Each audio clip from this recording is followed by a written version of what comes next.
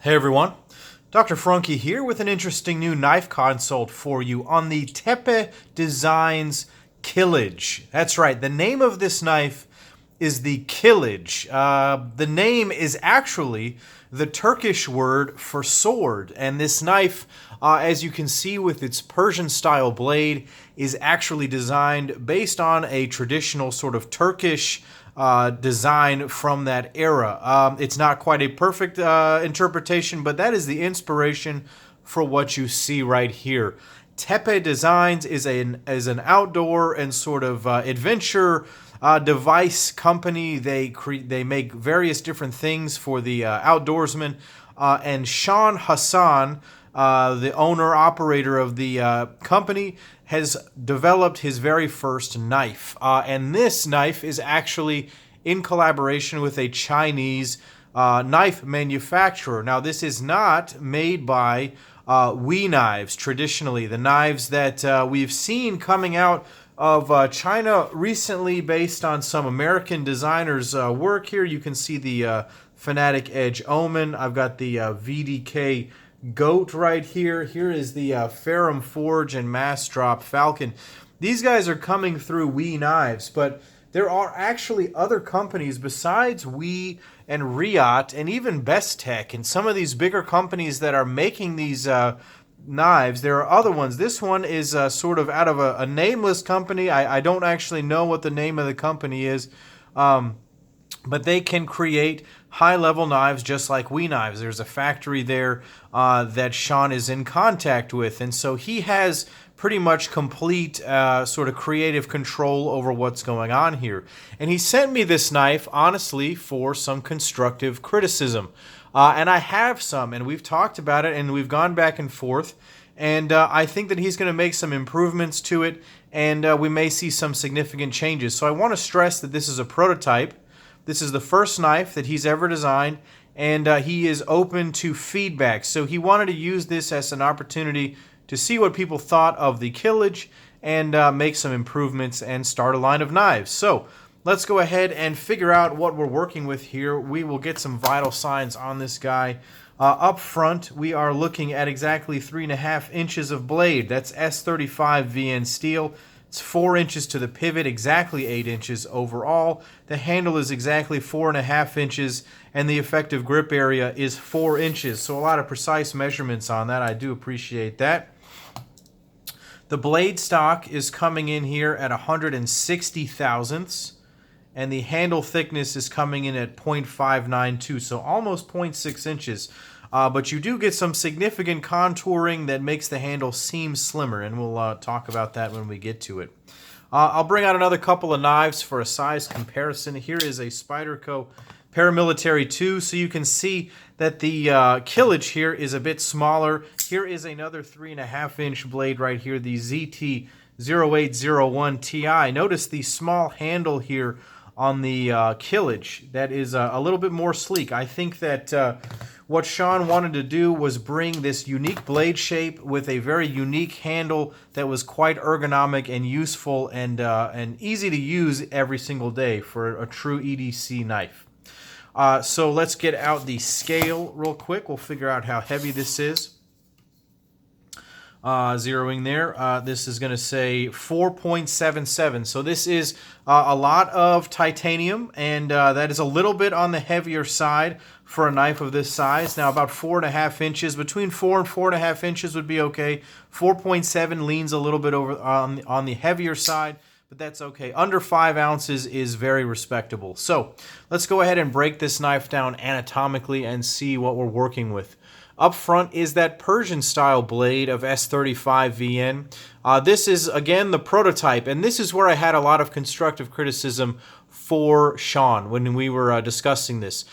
Number one, I like the blade shape. I think that there are not a lot of excellent Persian blades out there. The new 0462 and 0460 from ZT come to mind, but there are not a ton of them out there, and this is a well-done one. I think the overall profile is very good looking. Honestly, I like the thumb ramp, I like the swedge, and I like the blade profile. What I have noticed, and maybe you can see, is that the edge bevel is about 3.5 miles wide. And that can only be because the blade is not ground very thinly behind the edge, and indeed it is not. Again, let me stress that this is a prototype. We're all here to learn and do well. So we're getting to almost 45 thousandths behind the edge, 32 thousandths, 30 thousandths. So still quite thick behind the edge compared to some of the slicier blades out there. So a recommendation that I had was to either make this a thinner flat grind, which it is now, or even make it a bit of a hollow grind. I think that a shallow hollow grind might help here, given that it's rather thick blade stock that is ground only halfway down at about the middle of the blade right there. So maybe a hollow grind would help with that. I do like the logo. Fairly tastefully done. Tepe design. That is how you pronounce it. Tepe is how he recommended. Tepe. Here we go. We've got S35 VN steel denoted on the back there. I think it's a nice looking design. It is running. It has a flipper right here. I like the way that the flipper is executed. It's small. It doesn't really protrude too badly, and it works very effectively. There's a little bit of jimping, and you get really good traction. It's rounded off, so it's not sharp. It's easy to do that all day very comfortably. Notice, too, that the area right here at the heel of the blade is rounded off as it comes out to the flipper tab. Now, I thought that the heel of the blade was very poorly executed. It almost seems like an afterthought here, where there's no choil, the blade just kind of ends, and it's certainly not sharpened particularly well there at the heel of the blade. So I recommended to Sean to either put a real sharpening choil or extend this nice rounded area out a little bit and make it a bit of a finger choil, because you do get quite a bit of blade on this knife, so you could sacrifice a small amount of blade for a bit of a finger choil, which might be nice, or just put a sharpening choil. Either way, that may change on the final production model. Moving back to the pivot, this is running on ceramic bearings. It's quite smooth. The action is excellent. Just like a lot of other Chinese manufacturers, they know how to make a well-detented frame lock flipper on-ball bearings. They did an excellent job here. The pivot itself has a rather simple piece of hardware, but if you look closely, there is an anodized titanium pivot collar that actually matches the back spacer and the clip, which I haven't shown off too much. This is an interesting part of the knife as well. So it's got a nice detent. It's actually quite strong. You saw I just missed it right there. Pretty strong detent, which I actually like. Very smooth action. There is a lock bar insert on the lockup, and the lockup is, I don't know, 35%, 40%. Nice healthy lockup right there. No blade play. No blade play when the lock is disengaged. Excellent centering. Something I've noticed a bit about this pre-production model, the grind lines are not perfectly matched. That may be a result also of the very widely ground blade needing a bit more thinness. These large edge bevels are not perfect right here. Moving back to the handles, this is an interesting part of the knife here. The handles are done in 6AL4V titanium. They are big, thick slabs of it, actually. And on the front, they've milled out a segment here, and they've done a very intricate carbon fiber inlay, or onlay, I should say, where it fits perfectly in this space. Now, it's very unique to see it so thinly milled. Clearly, this is a precision factory right here. Let's take a close look at the milling on the titanium itself. Take a look at the mill lines on the titanium.